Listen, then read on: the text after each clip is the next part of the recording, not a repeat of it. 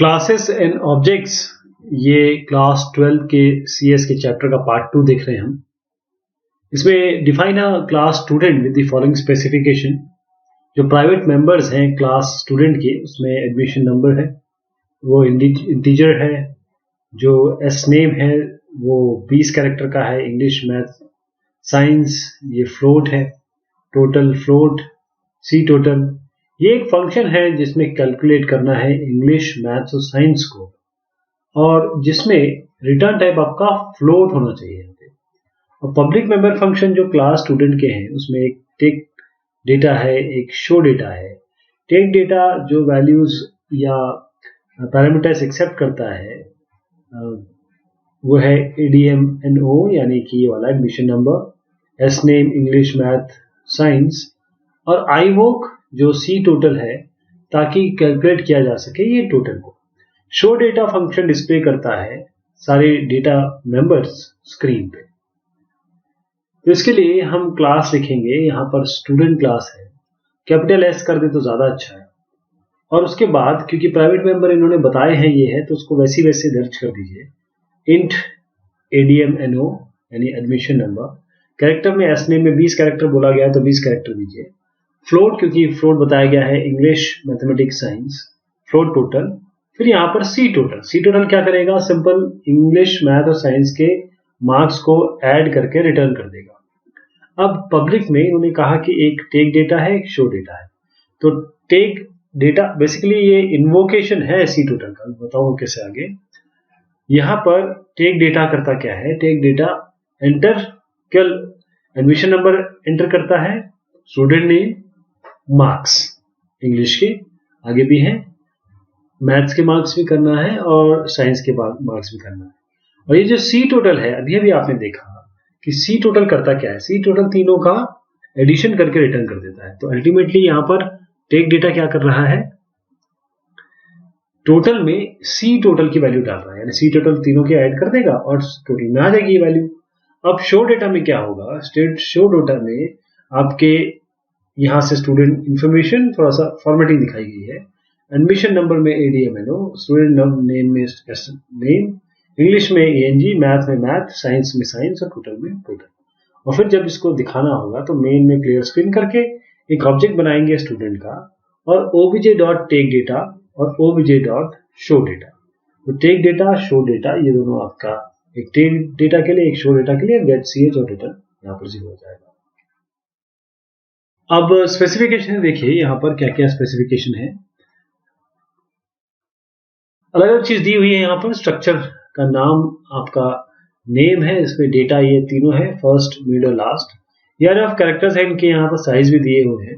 इसी तरीके से फोन दिया हुआ है, फोन में एरिया है EXCH, एक्सचेंज नंबर, ये भी आपकी वैल्यूज दी हुई है यहाँ पे। तो क्लास ने यहाँ पर P_REC, यहाँ पर डेटा में आपका नाम फोन, टाइप में नाम फोन। अब ये जो मेंबर फंक्शन है कंस्ट्रक्टर्स और डिस्प्ले REC, तो इसमें डिक्लेयर करना है स्ट्रक्चर्स C++ में नाम और फोन नंबर के लिए। डिक्लेयर करना है क्लास P_REC के लिए। कंस्ट्रक्टर बनाना है, डिफाइन करना है जो आउटसाइड यानी कि बाहर होगा इस क्लास के। P, ये जो क्लास की बात हो रही है P_REC, इसके बाहर होगा, और ये इंफॉर्मेशन गैदर करेगा यूजर से, जो भी ये दो स्ट्रक्चर्स हैं, नेम और फोन से। फिर ये डिफाइन करेगा डिस्प्ले REC, जो आउटसाइड होगा या बाहर होगा क्लास P_REC के, जो शो करेगा जो भी करंट वैल्यूज होंगी। तो इसको हम कैसे करेंगे? इसमें जैसा बोला गया है उसी तरीके से करिए जो जो बोला गया है। पहले हम हैश इंक्लूड, ये सब जो प्री प्रोसेसर डायरेक्शन होता है, hash include iostream.h, stdio.h, conio.h। अब स्ट्रक्चर में, स्ट्रक्चर नेम में पहले स्ट्रक्ट, ये देखिए दो स्ट्रक्ट आपको दिख रहे हैं, एक नेम है, एक फोन है। इसमें बोला गया कि फर्स्ट मिड नेम 40-40-60 कैरेक्टर है। इसी तरीके से एरिया EXCH and num 446। अब यहाँ पर क्लास इन्होंने कहा है P_REC। इसमें क्या है कि हम नेम, ये जो स्ट्रक्चर है इसका वेरिएबल बनाएंगे। इसी तरीके से फोन, इसका वेरिएबल, मतलब स्ट्रक्चर वेरिएबल एक नेम हो गया, नेम का, नेम टाइप का, एक फोन हो गया, फोन टाइप का, और P_REC और void display_REC। अब ये दोनों चीज आ गई। अब इन दोनों को भी डिफाइन करना पड़ेगा आपको। तो P_REC में first, mid, last, area, exchange number, ये सारे इनिशियलाइज कर दीजिए। ऐसे डिस्प्ले में आप first, mid, last, area, exchange number ये आप डिस्प्ले करवा दीजिए। तो यहाँ पर क्लियर स्क्रीन करके यहाँ पर जैसे ही आप इसका ऑब्जेक्ट बनाएंगे P_REC का, अब इसका ऑब्जेक्ट बनना है और उसके बाद P.DisplayREC करेंगे, मतलब डिस्प्ले ये फंक्शन कॉल करेंगे तो ये कॉल हो जाएगा, ये सारी चीजें दिख जाएगी।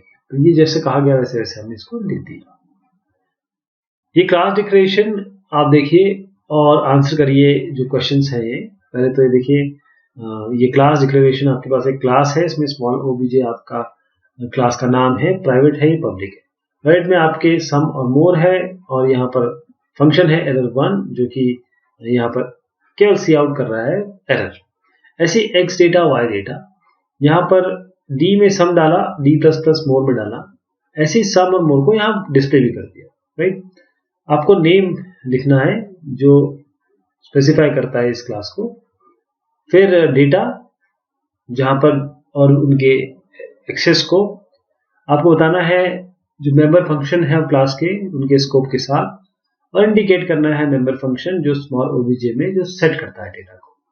देखिए पहला तो नेम क्या है, ये जो नाम देख रहे हैं क्लास का नाम ये हो गया, और data of the class with their access को। तो ये देखिए इसमें जो इंट सम मोर है ये प्राइवेट है आपके, ये देखिए ये प्राइवेट है, ये आपके डेटा मेंबर हो गया, प्राइवेट हो गया। फिर अगला है right all member function of the class along with their scopes. जो मेंबर फंक्शंस हैं उसमें आपके पहला तो आपका यहीं पे दिख रहा है प्राइवेट void error1 है, पब्लिक में आपका x डेटा है, y डेटा है। फिर है indicate the member function of the this that sets the data. तो सेट कौन कर रहा है, ये x डेटा, ये सेटिंग हो रही है।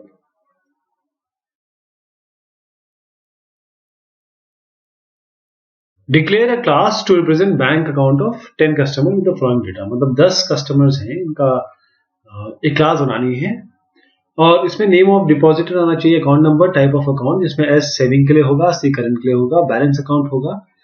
और क्लास में पहले यहाँ पर बना के दिखा देता हूँ। देखिए एक तो हैश इंक्लूड iostream.conio.h stdio.h, यानी कि iostream conio, ये तीन stdio, ये तीनों आपको देने देने। क्लास का नाम हम रखेंगे अकाउंट, राइट।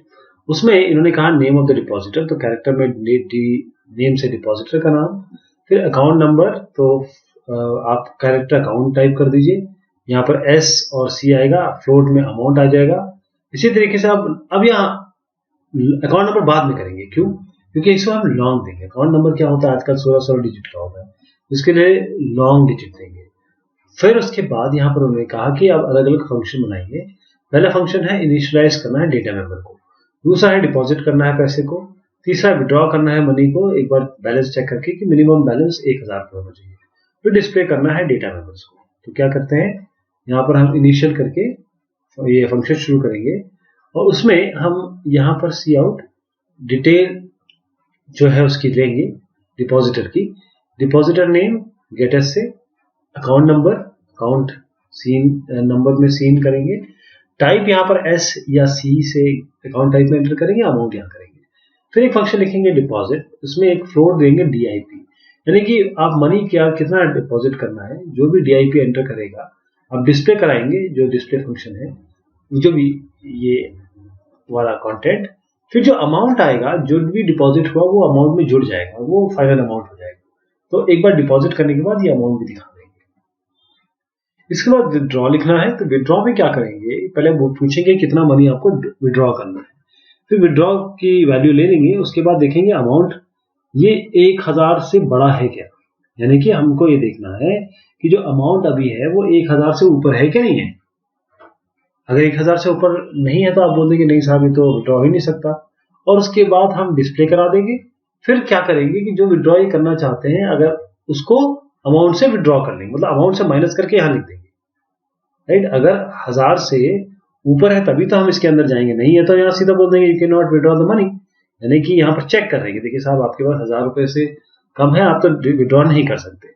लेकिन अगर आप 1000 से ऊपर है और आप विड्रॉ करना चाहते हैं तो अमाउंट से विड्रॉ WID माइनस कर देंगे और ये दिखा देंगे कि देखिए आपके विड्रॉल के बाद इतना पैसा है। डिस्प्ले में कोई दिक्कत नहीं है, depositor name, account number, account type और अकाउंट, ये आप अपना आराम से ये चारों चीज बल्कि डिस्प्ले करा सकते हैं। और गेट अकाउंट नंबर में आप रिटर्न अकाउंट नंबर कर देंगे तो सीधा अकाउंट नंबर आ जाएगा। अब आप आए इसके मेन में कैसे करना है। पहले तो अकाउंट जो आपने क्लास बनाई है उसका हम एक ऑब्जेक्ट बनाएंगे। ऑब्जेक्ट जो है ये 10, ठीक, देखिए हमने क्या किया है, ये अकाउंट क्लास अकाउंट बनाई ना। अब इसके ऑब्जेक्ट यानी हम एक साथ 10 ऑब्जेक्ट बनाएंगे क्योंकि 10 कस्टमर है, इसलिए हमने A1 10 लिया। लॉन्ग ए यहाँ पर ये वेरिएबल बनाएंगे, आई और फ्लैग की जरूरत पड़ेगी। इस कैरेक्टर में हम CH लेंगे, यूजर की वैल्यू एंटर करेंगे। फिर 0 से लेकर 10 तक आप इंफॉर्मेशन पहले तो डिपॉजिटर की करा लीजिए। तो A1 में आई इनिशियल यानी कि हर बार इनिशियल कॉल होगा, जब 10 बार ये कॉल होगा तो सारी डिपॉजिटर की यहाँ पे इंफॉर्मेशन आ जाएगी। फिर 0 से लेकर 10 तक आप डिपॉजिटर को दिखा दीजिए कि देखिए साहब ये डिपॉजिटर है। उसके बाद आप यूजर से मांगिए कि आप डिपॉजिट करना चाहते हैं, विड्रॉ करना चाहते हैं, एंटर करवाइए चॉइस को। और उसके बाद जैसे यूजर एंटर करेगा CH को, चॉइस को, उस हिसाब से उसको ले जाइए केस 1 में या केस दूसरा जो केस आएगा 2 में। तो अगर एंटर करना है उसका अकाउंट नंबर जिस डिपॉजिट मनी में, उसमें यूजर का ये वैल्यू लीजिए। फिर 0 से लेकर 10 तक आप गेट अकाउंट नंबर में जाके एक एक करके चेक कराइए और फ्लैग 1 फ्लैग 0 इस तरीके से अकाउंट नंबर अगर मिल जाता है यहाँ पर तो ये काम करिए, नहीं मिलता तो ये बात बता दीजिए कि देखिए साहब ये अकाउंट नंबर तो है ही। और उसके बाद जब ये डिपॉजिट का अमाउंट यहाँ पर डिपॉजिट फंक्शन से आराम से डिपॉजिट हो जाएगा। फिर केस 2 में जाइए। केस 2 में अकाउंट नंबर जिससे विड्रॉल, केस 2 मतलब विड्रॉवल हो गया, विड्रॉल होना है तो 0 से 10 तक जाइए, चेक कराइए कि अकाउंट नंबर कौन सा है और जैसे ही अकाउंट नंबर मिल जाए बाहर आ जाइए, नहीं तो बोल दीजिए साहब अकाउंट नंबर ये नहीं मिल रहा है। और उसके बाद अगर सीधा आप विड्रॉ करके उस पर्टिकुलर अकाउंट से उसको दर्शा दीजिए। अब नेक्स्ट है define a class worker with the following specification. एक क्लास दिखानी है आपको वर्कर, उसमें प्राइवेट, मैं ऐसे शुरुआत करता हूँ सबसे पहले क्योंकि प्राइवेट मेंबर्स हैं। तो एक क्लास हमने बनाया वर्कर, इसमें हमारे प्राइवेट मेंबर है इसलिए प्राइवेट देने की कोई जरूरत नहीं है। आप ऑलरेडी यहाँ पर WNO है, W नेम है, यानी कि आपके पास ये नाम उन्होंने कहा है देने के लिए 25 कैरेक्टर होना चाहिए। और प्राइवेट नंबर्स ये हमने नंबर ले लिए क्लास वर्कर के। यहाँ पर HEWRK यानी कि आपने आवर्स वर्क ले लिए। इस तरीके से W ग्रेड यानी कि जितना वेज है, वेज का रेट आपने यहाँ लिख दिया। फिर टोटल वेज कितना है ये फ्लोट में ले लिया। फिर जो कैलकुलेशन ऑफ वेज, अब ये फंक्शन हो गया, देखिए इसके यहाँ पर राउंड ब्रैकेट है इसलिए फंक्शन हो गया। अब पब्लिक मेंबर में आ जाते हैं। पब्लिक मेंबर में क्योंकि ये जो फंक्शन है इसको कंप्लीट करना पड़ेगा। ये फंक्शन इन्होंने कहा, ये function this function to find HREK W grade मतलब this into this with float return type. तो हम क्या कर रहे हैं, इसमें जो आवर वर्क है और वर्किंग का जो रेट है दोनों मल्टीप्लाई करके टोटल वेज में हमने दे दिया और रिटर्न करा दिया, तो ये फंक्शन भी हो गया। अब पब्लिक मेंबर की बारी आई, इन डेटा आउट डेटा। और इस फंक्शन को, ये इनका कहना है, ये जो फंक्शन है public members of class worker, ये फंक्शन जो है ये एक्सेप्ट करेगा वैल्यू, ये सब जो वैल्यू दे रहे हैं और इन्वोक करेगा कैल CWG। इस फंक्शन को इन्वोक करना चाहिए उसको। आउट डेटा क्या करेगा, ये फंक्शन डिस्प्ले करेगा सारे मेंबर्स स्क्रीन पे जो आप you give definitions of the function. तो ये हम क्या करेंगे, इन डेटा आउट डेटा, इसमें इन डेटा में करेंगे वर्क नंबर, वर्क आवर, इस तरीके से वेज रेट पर आवर ये एंटर करा देंगे और ये इन्वोक भी करेगा तो लास्ट में इसको लिख देंगे। फिर जो आउट डेटा है उसको क्या करेंगे, ये देखिए डबल कोलन से स्कोप रेजोल्यूशन ऑपरेटर से इन डेटा आउट डेटा हमने बाहर लिखा है। वर्कर की इंफॉर्मेशन क्या आ जाएगी, worker number, worker name, hour work, ये WG रेट, टोटल वेज, ये आ गया। अब क्या करेंगे, मेन में जाएंगे, वर्कर का एक ऑब्जेक्ट बनाएंगे, वो भी इस ऑब्जेक्ट से इन डेटा कॉल करेंगे, इस ऑब्जेक्ट से आउट डेटा कॉल करेंगे। तो ये आप करेंगे। नेक्स्ट है define a class teacher with the following specification. ये क्लास टीचर है, इसमें स्पेसिफिकेशन है, प्राइवेट ऐसे करके दिखाता हूँ मैं आपको, ये तो आप जानते हैं करना ही है। तो क्लास टीचर बनाया, इन्होंने कहा नेम प्राइवेट मेंबर, तो यहाँ प्राइवेट देने की जरूरत नहीं है। नेम हो गया, सब्जेक्ट हो गया, बेसिक DHRA, सैलरी और कैलकुलेट फंक्शन है। तो कैलकुलेट फंक्शन क्या करेगा, ये कंप्यूट करेगा सैलरी और रिटर्न करेगा। और सैलरी सम है बेसिक का, DA का और HRA का। देखिए इसमें सैलरी है, बेसिक, डी और एचआरए का सम, और रिटर्न करेगा सैलरी। तो ये फंक्शन भी हो गया। उसके बाद जो अगली चीज है उन्होंने ये कही कि पब्लिक मेंबर बनाइए RES एड। ये देखिए REA डेटा, यानी कि ये फंक्शन एक्सेप्ट करेगा डेटा वैल्यू को, इन्वोक करेगा कैलकुलेट फंक्शन को, डिस्प्ले डेटा फंक्शन प्रिंट करेगा डेटा को स्क्रीन पे। तो यहाँ पर हमने रीड डेटा कर दिया, डिस्प्ले डेटा कर दिया। रीड डेटा क्या करेगा, नाम, सब्जेक्ट, बेसिक, एचआरए और ये DA एंटर करेगा और यहाँ पर कैलकुलेट करेगा। ठीक, और इसमें हमको डिस्प्ले डेटा में ये चीजें डिस्प्ले होंगी। हम डिस्प्ले कराना चाहते हैं नाम को, सब्जेक्ट को, बेसिक को, DA को, एचआरए को, सैलरी को, तो ये इसका तरीका हो जाएगा। फिर हम क्या करेंगे, यहाँ पर एक टीचर का ऑब्जेक्ट बनाएंगे, रीड डेटा करेंगे, डिस्प्ले डेटा करेंगे, गेट CH से रिटर्न कर देंगे। एक क्लास स्टूडेंट, उसकी स्पेसिफिकेशन ये है। तो सबसे पहले हम यहाँ पर एक क्लास स्टूडेंट बनाते हैं, रोल नंबर, नाम, क्लास, मार्क, अब फ्लोट का परसेंटेज, और साथ में अब आ गया फंक्शन। तो ये जो कैलकुलेट फंक्शन है ये कैलकुलेट करेगा overall percentage of marks and returns the percentage of marks. तो ये क्या कर रहा है कि ओवरऑल सबको जोड़ दीजिए, सबको जोड़ के, पांचों को जोड़ के डिवाइड कर दीजिए 5 से। ओके, फिर रिटर्न कर दीजिए इस परसेंटेज को, यही बोला गया है। और जो ये पब्लिक वाला जो फंक्शन है, इसमें पब्लिक में क्या कहा उन्होंने, पब्लिक ने कहा 2 फंक्शन होने चाहिए। रीड मार्क फंक्शन रीड करेगा मार्क को, इन्वोक करेगा कैलकुलेट फंक्शन को, डिस्प्ले मार्क फंक्शन प्रिंट करेगा मार्क्स को। हम क्या करेंगे, यहाँ पर जो रीड मार्क है डिस्प्ले मार्क में, स्टूडेंट रीड मार्क में एक तो रोल नंबर एंटर करना है, नाम एंटर करना है, और उसके बाद एक लूप लगा के, क्योंकि 5 इसमें सब्जेक्ट है अलग अलग, हर सब्जेक्ट के मार्क्स यहाँ जोड़ेंगे और कैलकुलेट का फंक्शन ये इन्वोक करेंगे। फिर डिस्प्ले मार्क्स में क्या करेंगे, स्टूडेंट मार्कशीट, रोल नंबर, और ये मार्क्स जो सब्जेक्ट 1 के हैं, मार्क्स 0 1, क्योंकि ये अरे है 0 1 2 3 4, ये सब डिस्प्ले करके परसेंटेज डिस्प्ले कर देंगे। अब मेन में हम एक ऑब्जेक्ट बनाएंगे, रीड मार्क्स कॉल करेंगे, डिस्प्ले मार्क्स करेंगे, गेट CH करके रिटर्न कर देंगे। Right A short note on memory allocation of class and its objects.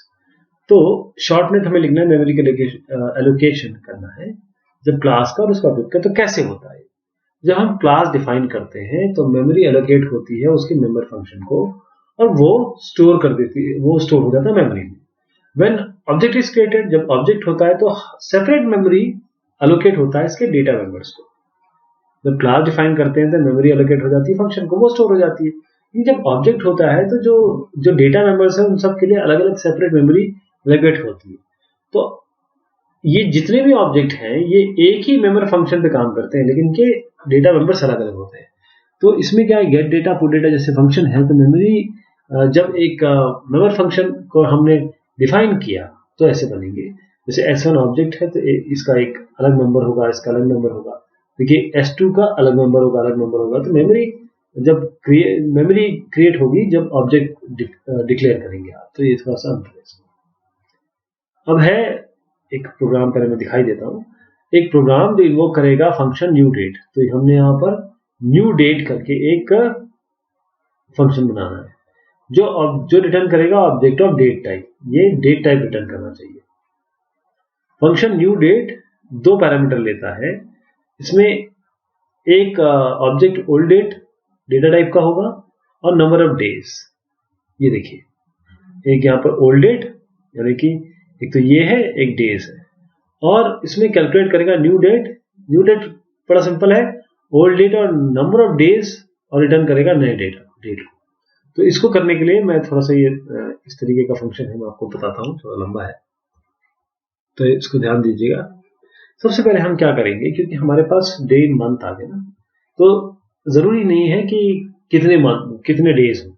हम जानते हैं कि जो एक किसी भी मंथ में जो डे होते हैं वो कितने बनेंगे उसके। तो हम यहाँ पर ये 30, 31, 28, जनवरी, फरवरी, मार्च ऐसे करके दिसंबर तक पहुंच जाएंगे। और उसके बाद डे, मंथ, ईयर करके एक वेरिएबल बनाएंगे 3। फिर अनसाइंड शॉर्ट में हम डे काउंटर लेंगे, क्योंकि अब डे भी काउंट हो गए। अगर ये देखना है कि लीप है कि नहीं, ये भी ध्यान देना है कि लीप ईयर तो नहीं है। यानी कि हम देखेंगे जो भी y आएगा, जो y को एंटर कराएंगे, y मॉड्यूलो 4 अगर इक्वल टू 0 है, या फिर y मॉड्यूलो 100 ये नॉट इक्वल टू 0 है, ये कंडीशन अगर हो, या y मॉड्यूलो 400 ये इक्वल टू 0 हो। तो अगर ये कोई भी कंडीशन आता है तो ये आप बोल देंगे कि इज लीप है। तो ये अलग अलग कंडीशन है जो ये बताइए कि लीप है ये। फिर हम क्लास बनाएंगे डेट। इसमें क्या करेंगे, 3 फंक्शन बनाएंगे, ओल्ड डेट, नेक्स्ट डे और न्यू डेट। न्यू डेट में हमने जैसे कहा कि एक सेट डेट और डेज डालेंगे इसमें। तो ओल्ड डेट में हमें क्या करना है, DMY। अब देखिए कि अगर m जो मंथ है लेस देन 1 है, क्वेश्चन मार्क का मतलब ये है अगर ये 1 है तो m इक्वल टू 1 लेंगे या फिर नहीं तो 0 लेंगे। अगर m ग्रेटर देन 12 है यानी कि मंथ 12 से ऊपर है तो m को 12 देंगे या वैल्यू 0 ले लेंगे। d लेस देन 1 है तो d 1 हो जाएगा, नहीं तो 0 हो जाएगा। d greater than d in months m है तो d में हम d इन मंथ डालेंगे या 0 डालेंगे। फिर इज लीप में क्या करेंगे, अगर डे इन मंथ में अगर इज लीप है तो 29, एल्स 28, ठीक। क्योंकि लीप ईयर में बाकी समय तो 28 का फरवरी होता है, बाकी नहीं तो लीप में आपका 29 का होता है, ये भी हम ध्यान देना होगा। D day, M month, Y year, तो ये ओल्ड डेट हो गए। अब हम नेक्स्ट डे पे आए। नेक्स्ट डे पे हमने क्या किया कि हमने एक पहले तो डे को आगे बढ़ा दिया क्योंकि ये नेक्स्ट डे है, डे काउंटर को एक और बढ़ा दिया। फिर हमने क्या किया कि ये चेक कराया कि क्या डेज इन मंथ से ऊपर है, अगर है तो डे को 1 और मंथ को 1 जोड़ दिया। अगर मंथ 12 से ज्यादा है तो हम क्या करेंगे, मंथ को 1 देंगे, ईयर को जोड़ देंगे 1 से। अगर लीप ईयर है तो हम जानते हैं 29 और 28 होगा, ये भी हमें ध्यान देना है। अब न्यू डेट में डेट, ओल्ड डेट और इंडेक्स, यानी कि हमने आई यहाँ पर एक वेरिएबल लिया, फॉर से चलाया लूप आई से इस एक्स तक और नेक्स्ट डे आगे बढ़ा दिया, बस इतना करना है। तो मेन में हम क्या करेंगे, डेट जो हमने बनाया उस क्लास उसका एक ऑब्जेक्ट लेंगे, d1.old डेट में हम ये वैल्यूज डालेंगे, न्यू डेट में हम ये वैल्यूज डालेंगे, लेकिन d1 क्या होगा, ये ऑब्जेक्ट टाइप आना चाहिए इसमें। डे काउंटर को 0 देंगे, डे, मंथ और ईयर प्रिंट कर देंगे। ये तरीका है। स्टैटिक मेंबर क्या होते हैं क्लास के, कब और क्यों, कैसे वो यूजफुल होते हैं। तो क्लास में हमारे स्टैटिक डेटा मेंबर्स और स्टैटिक मेंबर फंक्शंस हो सकते हैं। स्टैटिक डेटा मेंबर्स वो क्लास वेरिएबल होते हैं जो सारे के सारे ऑब्जेक्ट के लिए कॉमन होंगे। ऐसे डेटा, जैसे मैंने बताया था कि हर एक ऑब्जेक्ट जो है उसके पास अपने अपने डेटा मेंबर होते हैं, लेकिन स्टैटिक अगर लिख दिया तो वो डेटा मेंबर सबके लिए होगा। हर एक क्लास के लिए एक ही मेंबर, डेटा मेंबर होगा, अलग अलग नहीं बनेगा। यानी कि एक कॉपी स्टैटिक डेटा मेंबर की मेंटेन की जाएगी और शेयर की जाएगी बाकी सारे ऑब्जेक्ट द्वारा, कितने भी ऑब्जेक्ट बना लीजिए, और ये विजिबल होंगे क्लास के अंदर, लेकिन उसकी जो लाइफ टाइम होगी पूरे प्रोग्राम के लिए होगी। ये एक्सेस किए जा सकते हैं बाकी मेंबर फंक्शन द्वारा भी, और मेंबर फंक्शन जो एक्सेस करते हैं केवल स्टैटिक डेटा मेंबर्स और किसी क्लास के लिए, उसे हम स्टैटिक मेंबर फंक्शंस कहते हैं। वो it cannot access other data members, मतलब वो कोई और अदर मेंबर एक्सेस नहीं कर सकते, वो केवल स्टैटिक मेंबर एक्सेस कर सकते हैं। तो स्टैटिक डेटा मेंबर्स बहुत उपयोगी है जब कुछ वैल्यूज ऑब्जेक्ट शेयर करते हैं, उनकी अपनी नहीं होती है, सारे के सारे ऑब्जेक्ट एक ही वैल्यू को शेयर करेंगे। तो ये हमने पार्ट 2 देखा आपके क्लासेस एंड ऑब्जेक्ट का। बहुत शुक्रिया, बहुत मेहरबानी आप सभी की।